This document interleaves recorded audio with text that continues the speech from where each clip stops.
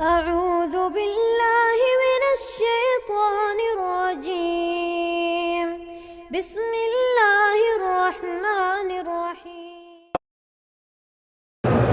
میری 4 بیٹیاں ہیں، اللہ بیٹا عطا فرمائے۔ سورۃ یوسف پڑھ کے دعا کیا کرو۔ ویسے بیٹیاں بھی اس کی نعمت ہیں اور بیٹے بھی اس کی نعمت ہیں۔ یہب لمن یشاء اناثا ویہب لمن یشاء الذکور۔ اللہ جس کو چاہے بیٹیاں دے، جس کو چاہے بیٹے دیں، جس کو چاہے نہ دے، یہ اس کی حکمت ہے۔ وہ ایک کتابوں میں واقعہ آتا ہے کہ حضرت حاجی امداد اللہ صاحب تھے نا، جو سب کے مرشد تھے، پیر تھے اور ہمارے دیوبند کے، ان سے حضرت تھانوی کے خاندان کی بوڑھی عورتوں نے درخواست کی کہ حضرت اشرف علی کے لیے آپ دعا کیوں نہیں کرتے کہ اللہ اس کو اولاد دے، اللہ اس کو لڑکا دے۔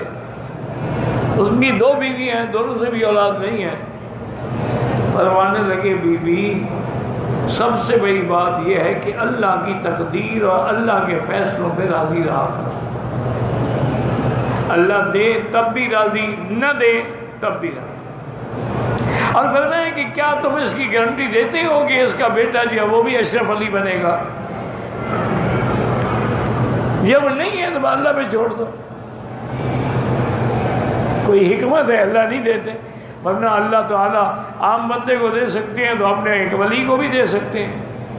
کہتے کہ بیوی کی عادات سخت ہیں، خاوند کو والدین سے ملنے سے بھی روکتی ہے، تو اچھے خاوند ہو کہ بیوی تم پہ حکم چلاتی ہے؟ نہیں، اللہ نے تمہیں خاوند بنایا کہ تم بیوی ہو۔ اگر تم تو بیوی ہو تو پھر اسی طرح لعن طعن سہتے رہو، گزارا کرو۔ خاوند ہو تو ایک دن میں ٹھیک ہو جائے، یہ کوئی بات ہے کہ عورت ٹھیک نہ ہو؟ اسی لیے حضور نے فرمایا نا کہ اصحابی ساتھ لٹکا رہے، اس کو پتہ لگے کہ کسی وقت یہ اس کو لے کے بھی مجھے ٹھیک کر سکتا ہے۔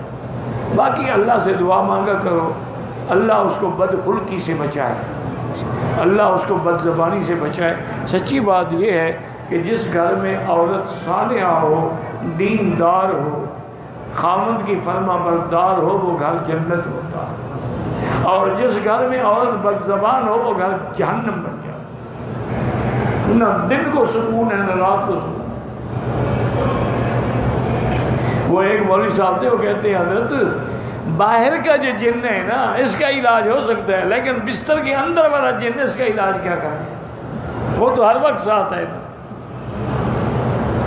تو بہرحال اس کا علاج یہی ہے کہ اللہ سے دعا مانگیں، اللہ اس کو بد زبانی سے محفوظ رکھے۔ اور جو عورت خاوند کے خلاف بد زبانی کرتی ہے اس کے لیے اللہ کے عذاب کا بڑی سخت خطرہ ہے، وہ توبہ کرے، استغفار کرے۔ ہر قسم کے لوگ ہوتے ہیں، کہیں خاوند سخت ہے، کہیں بیوی سخت ہے۔ خوش نصیب ہیں جن کے گھروں میں عدل ہے، انصاف ہے۔ مجھ پر قرضہ ہے اور روز بروز بڑھ رہا ہے، قرضے کو اتارنے کے لیے افضل عمل جو ہے وہ استغفار ہے۔ استغفر اللہ الذی لا الہ الا هو الحی القیوم واتوب الیہ۔ اللہ کا قرآن میں وعدہ ہے یمددکم باموال وبنین۔ کہتے ہیں کہ جی بچے جو ہیں میرے وہ بہت ضدی ہیں، بات بھی نہیں مانتے اور پڑھائی میں بھی توجہ نہیں کرتے۔ سب سے پہلی بات تو یہ ہے میری بیٹی کے صبح و شام آیت الکرسی پڑھ کے ان پہ دم کیا کریں۔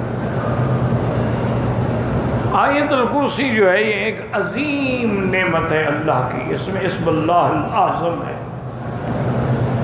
ایسا اسم اعظم ہے الذی اذا دعی بہ استجاب، کہ جب مانگو تو ملتا ہے۔ لیکن شرط یہ ہے میری بیٹی کہ آپ پہلے کسی قاری سے آیت الکرسی کو صحیح پڑھنا سیکھ لیں کہ ہم نے اس کا تلفظ کیسے ادا کرنا۔ دوسرا یہ ہے کہ پھر جب پڑھیں تو اس کے ایک ایک حرف پر آپ کا ایمان اور عقیدہ ہو کہ اللہ لا الہ الا ہو، کوئی معبود برحق نہیں مگر اللہ الحی القیوم، جو زندہ ہے اور کیا اس کے بعد بھی زندہ رہے گا، جس پہ کبھی فنا نہیں آئے گی۔ ایک ایک لفظ پر آپ کا ایمان۔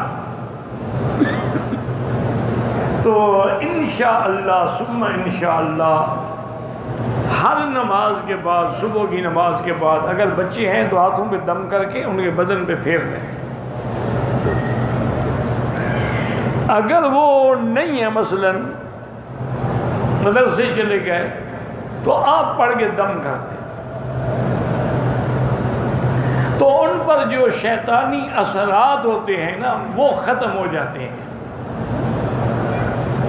جب شیطانی اثرات ختم ہو جائیں گے تو پھر وہ فرما بردار بھی ہو جائیں گے، پھر تعلیم بھی حاصل کریں گے۔ اور دوسرا بیٹی غلطی ہماری ہے، ہمارے دماغوں میں جدید معلومات نے یہ بات بٹھا دی ہے کہ جی بچہ جو بھی شرارت کرے اس کو مت روکو، اس کو ڈسٹرب نہ کرو، بڑا ہوگا خود بخود ٹھیک ہو جائے گا۔ یہی غلطی ہے بنیادی۔